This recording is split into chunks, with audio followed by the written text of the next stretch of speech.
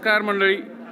News 18 Lokmat परिवार आणि पुणे श्रमिक पत्रकार संघाच्या वतीनं मी उपाध्यक्ष चंद्रकांत खुंदे या नात्याने सह्याद्री परिसर आणि पुणे दर्पणला खरं तर 9 वर्ष झालीत आणि सह्याद्री परिसरला दुसरं वर्ष आहे.